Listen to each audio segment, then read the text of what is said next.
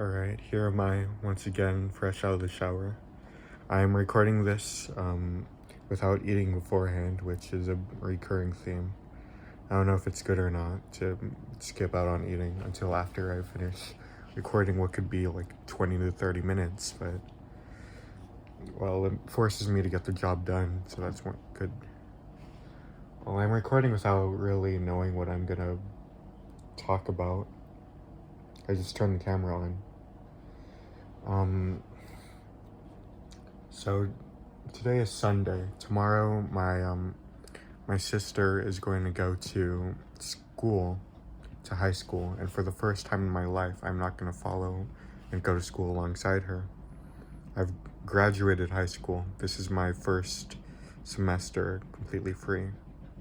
Well, not really. I'm going to college, and the college starts after school starts for my sister. So I'm gonna go with my family to drop her off and go I guess take a little glimpse at the place I once called my school. Well,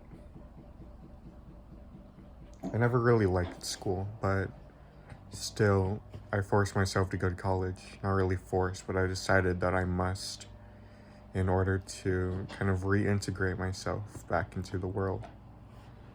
You see, the thing I'm going to college for doesn't need a degree in order to do it. I could just learn all the skills I need on my own, and then I could make games by myself without any real contact with others, which is something I wish I could do, or wished. I wish I could just close the door to my room and then work all day and then go to bed, occasionally come out to eat, and then in a couple months, maybe half a year, I would have a game and I'd be able to publish it, and then I'd just be making money. But even then, I decided that I want to go to college so that, I want a team in order to make games. Of course, I could just do it on my own, but I need that connection with other people. Connections is a word that all the smart kids in school used to throw out. I have connections so that I could get work after graduation. I never managed to make those connections because A, I thought it was stupid, and B, I didn't really talk to many people. I had my own friend group, and then I didn't want to expand my boundaries out of that because the tiniest glimpse of humanity I got from within that little wall, within my little circular containment area, was an absolutely terrifying glimpse. But even in senior year, I wanted to go past that little containment, the little bubble I lived in, and see what the real world was like. And even in senior year, outside of the containment area, I realized that, yeah, those little glimpses of what I thought reality, society, other people were like, they were right. Not only were they right, but they were much, much worse. It's like, I'm going to use the cave metaphor. I'm standing in a cave, and I can shackled to the wall, and I can only see the shadows of objects passing by the entrance, but I can never turn around to see what those objects were. So in those shadows, I would see horrifying beasts. Then one day I managed to unshackle myself and look behind me for real, and I saw that those beasts were indeed evil beasts. They were terrifying and ugly. But even then, I must leave the cave. I found that, I'm going to get a little philosophical, the self doesn't really exist without a mirror to project itself onto. I know I exist as an individual, as a person, as a self, but I'm not sure what I am in the reflection of others. And I'm not sure what others really are either. It's a problem that many philosophers have tried to solve for hundreds, if not thousands of years. There is the self, and then there is the other, and then there is greater society. And I'm not sure, I've disconnected myself completely from society. And now it's just myself. But I'm going back to college, back to school, in order to meet others so that I can reintegrate myself into society. For I cannot exist with just myself. Heathcliff cannot exist without Kathy. I cannot live without my life. I cannot die without my soul. That's what I've found living by myself these past years. Something is definitely wrong since it is only me who exists. So the person that you're talking to right now, and the person you've probably talked to, you might have talked to for the past couple years, he wasn't right. He wasn't correct. There was something definitely wrong with him. There's something definitely wrong with me right now too. And only through rehabilitation, only through this parole period will I be able to atone for the crime of disconnect from reality and finally become a complete person, free from any punishments that were put upon me for my sin. For someone who only exists as a self and not as part of an other, a whole, or a society is dangerous. Like Heathcliff has no last name, he has no family. Right now I have no friends. And I'm going to a place where I will feel, at least momentarily, a little bit more alone than I was before. But at the same time, I must get past those feelings of pain in order to sort of solve the problem. The bird fights its way out of the egg. The egg is the world. Well, who must be born must first destroy a world. So that's exactly what I'm going to do. I'm going to fight my way out of the egg. I want to be free. I want to be free from my own thinking, which I'm trapped in. I'm trapped in this loop where it's just myself. And so the negativity that I thought that came from myself, that came from my own self-hatred, goes in a circle round and round in my head.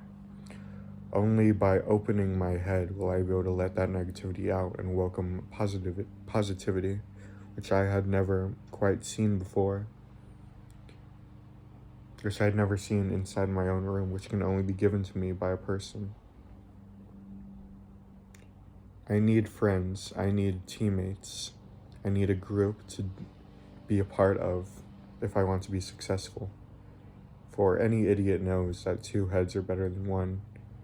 Sure, I could work all day on a game, on a project, but once it'll be released, I wouldn't have anything else to talk about. I'd have put everything into that, and then I would have nothing left, so I'd be repeating the same ideas over and over again. And that's why I read, because even if I am just by myself, I at least have a sort of insight into another person, something that I wouldn't be able to get once again by myself, unless I really went out there and talked to people in order to get them to open up.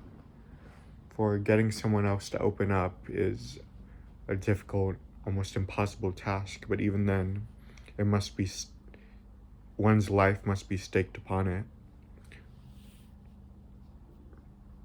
Another person's problems exist for another to solve. Your problems exist for another to solve. But that's not quite right. You can solve them by yourself, but it's difficult to do it if you're trapped in that straightforward thinking that I'm stuck in. I'm a person with several complexes, I would say. I'm difficult to speak with. It's difficult for me to exist within my own head sometimes because I'm being torn apart by fear, negativity, as I said before, and corruption. Looking through my own eyes is terrifying, and so I need help. I need to look through the eyes of another. I need to empathize with others in hopes that I can one day empathize with myself. Only then will I be able to become stronger, to throw away this diseased mind of mine.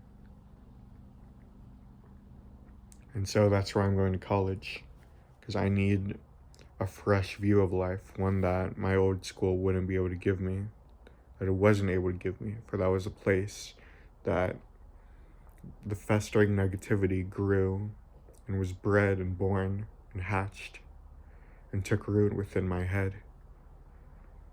And so I must run away to a new place. Of course, I can't run away forever. I must come back eventually. For, once again, using Heathcliff as a metaphor,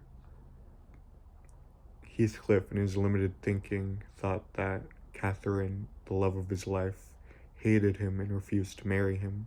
But in reality, Cathy only thought that way because she felt like Heathcliff was more of her than she was. And she was torn between loving him and not loving him, for she hated herself, and she wanted to change and thought that only Edgar would be able to give her that change that she desired. And hopefully she would be able to pull Heathcliff along too, but for only Catherine and Heathcliff to exist and not anyone else, it would only end in destruction and poverty for them. They would not be able to obtain the least Wuthering Heights, and they would not be able to obtain the riches that Cathy dreamed of, selfishly dreamed of. So Catherine had to marry Edgar, even though she did not love him as much as Heathcliff, in order to get that key to the door to wealth and extravagance. But Heathcliff, believing that he had been betrayed, thought that he had to leave. So that's who I am right now. In my limited worldview, I think I've been betrayed. And so I will leave forever. And in this new environment, I might find the riches that Catherine selfishly wanted, in hopes that even if I cannot repair myself, I can still change. Even if I am the same old, disgusting, tormented, abused boy that I was 3 years earlier, 5 years earlier, I still may be desirable to the people I loved, but the love was not requited. So even though my plan is to go to college, to change, to grow my world, to finally repair those things that are deep-rooted and evil within me, I think that it's foolish, and I'm afraid that I really will not be able to change, that I will forever be stuck like this, and my foolish mind will think that a new environment, a new view on life would be able to change things.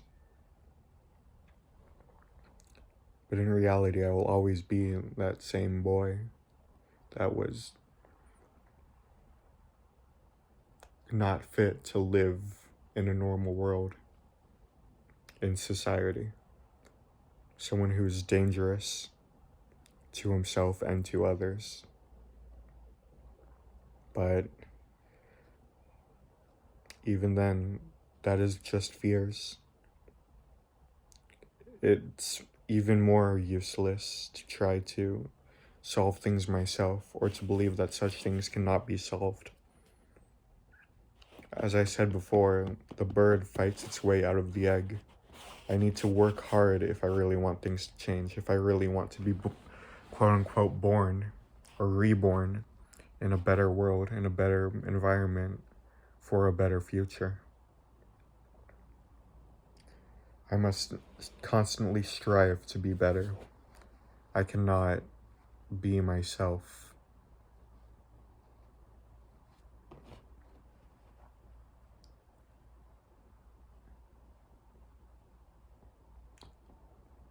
Right now, I'm not quite sure who I am.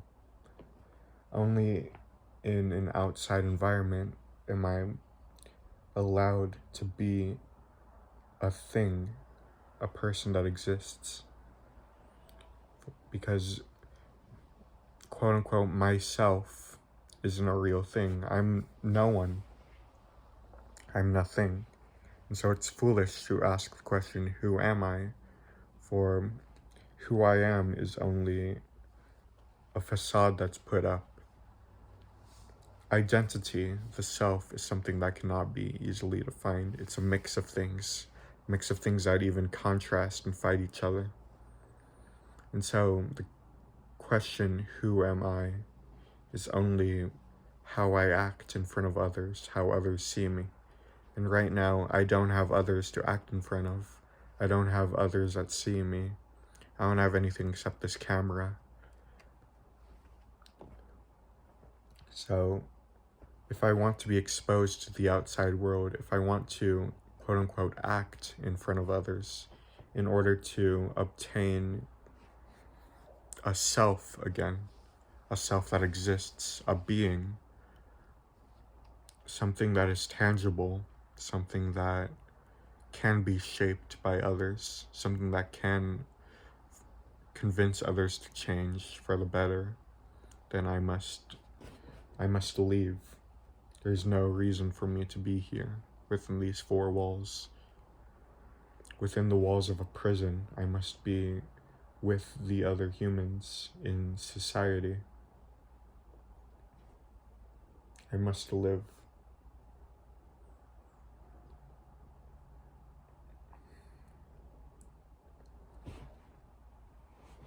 Indeed, going from place to place, or furthering one's education, doing something new, whether it be getting a job or getting into a relationship, moving to a new place, as I said before, traveling, even something small like trying a new food or buying new clothes, getting a haircut is always stressful. But for me, right now, feels like there's a lot more hanging on it. So I thank you for watching this far. It isn't as long a video as the others, and it may have been boring, but if you stuck around for long enough, I hope you have an insight as to, a new insight as to who I am as a person, what is really at stake here, for this has been circling my mind since even long before summer began. I've always wanted to change, and I've always wanted to grow, and I knew that a new environment, one that I would obtain in college, would be what would be able to help me achieve that growth. So, I thank you for watching. I'll see you next time. I'm not sure what the next video will be about, but goodbye.